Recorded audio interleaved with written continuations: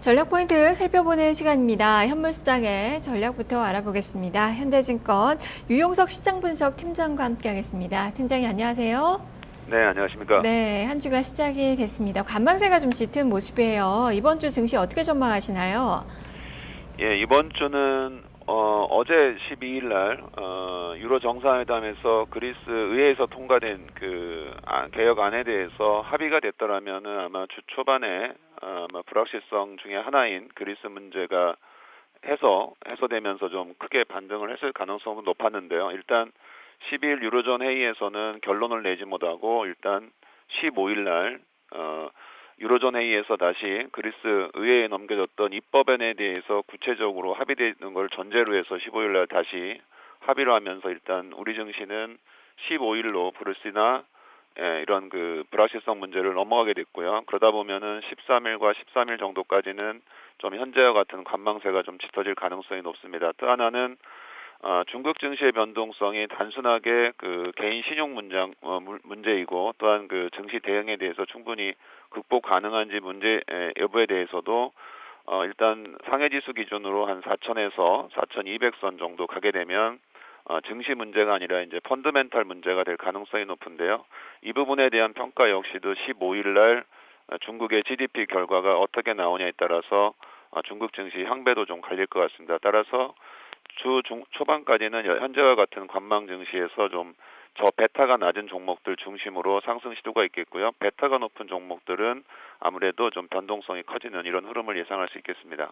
네, 그만큼 그렇다면 주 초에는 좀 쉬고 주 중반 이후에 매매 전략을 좀 세워봐야 되는 건지 여전히 그리스와 중국은 또 중국 이번 주에 지표도 많이 예정이 좀 돼 있어서 관심 있게 좀 봐야 될 것 같은데요. 투자 전략 한 주간의 투자 전략은 좀 어떻게 주시겠습니까?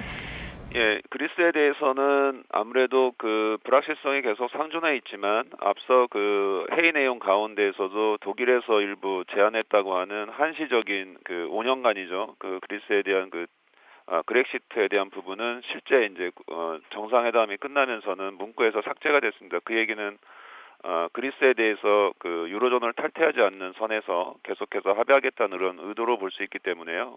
아무래도 관망이긴 하지만 부정적 관망보다는 다소 긍정적 관망일 가능성이 좀 높습니다. 그러니까 지수가 변동성은 있겠지만 아래쪽보다는 여전히 위쪽에 대한 기대를 갖고 있다고 보면 시장의 주식 포지션, 소위 말하면 매수하신 분들은 아마 유지하는 방향이 되겠고요. 다만 이제 새로 진입하시는 분들 입장에서는 변동성이 그리스뿐만 아니라 중국과도 좀 관련이 있고요. 아까 말씀드린 대로 중국의 펀더멘탈, 즉 하반기 중국 증시가 이어지냐 여부가 이제 국내 증시에 상당한 영향을 주는데 그 부분은 GDP 결과나 펀더멘탈 그리고 기업 실적들에 대한 점검이기 때문에요. 아무래도 15일 날 결과가 나오면 좋은데 현재 블룸버그나 다른 예상치는 예상했던 것보다는 좀 경제 성장률이 더 떨어질 가능성이 높고 이게 최근에 중국 증시의 변동성의 또 다른 요인일 가능성이 높기 때문에 그리스에 대한 잠재적인 긍정론과 중국 증시 펀더멘털에 대한 중장기적인 부정론이 맞붙일 수 있기 때문에요.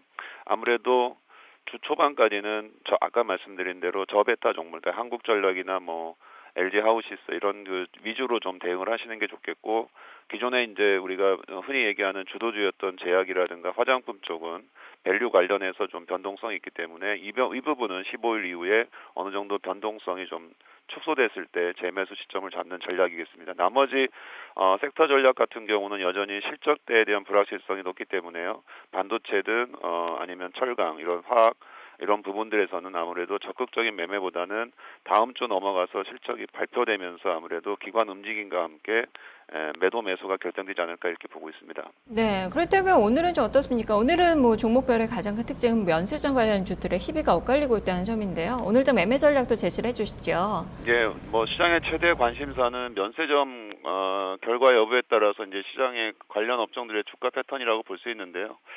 호텔신라하고 현대산업 같은 경우에는 아무래도 기존에 가장 유력한 1순위 후보였고요. 그 부분이 주가에 어느 정도 많이 반영되어 있는 측면이 높습니다. 물론 면세점 획득에 따라서 추가적인 영업 가치들이 주가에 산정되긴 하지만 주가에 상당 부분 반영됐다는 시장 평가도 많기 때문에요.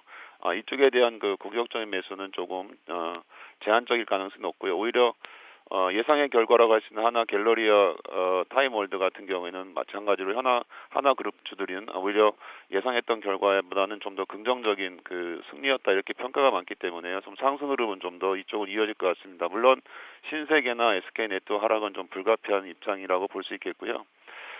또 하나 이제 관점을 봐야 되는 것은 앞서 말씀드린 그 실적 관련해서 좀 저배타성 종목들이 있습니다. 예를 들면 뭐 OCI 머티리얼즈라든가 한국철강 그리고 앞서 말씀드린 LG 하우시스 다음 뭐 카카오 이런 유들에 대해서는 오히려 시장이 앞서 그 제약이나 화장품주들이 갖는 변동성 대비해서는 변동성이 낮고 실적이 좀 안정적일 가능성이 높기 때문에요.